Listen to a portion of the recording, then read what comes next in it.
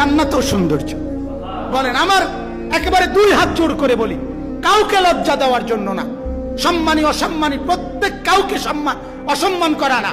আমি শুধু এটা বুঝাইতে চাই, আমি স্পষ্ট বলতে চাই, এই পৃথিবীর প্রথম দিন থেকে আজকের এই দিন পর্যন্ত কোরআনের আলোকেও আছে, ঐতিহাসিক ভাবেও আছে।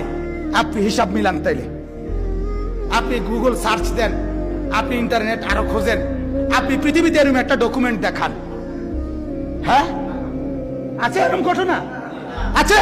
কিন্তু কিন্তু দাড়িওয়ালা যুবক ইউসুফ আলাইহিস সালাম, কি নাম, তাকে দেখে 40 জন সুন্দরী মহিলাদের, মহিলা কোন দেড়বুড়ে মহিলা না, দেন্দা মেন্দা বেডিয়ে না, একেবারে রাজবংশের মেয়েরা, মন্ত্রী পরিষদের কি স্ত্রীরা, শ্রেষ্ঠ মহিলা, ওই শ্রেষ্ঠ ঘরানার মহিলারা দেখে যুবককে হাতের আঙ্গুল কেটে ফেলছে।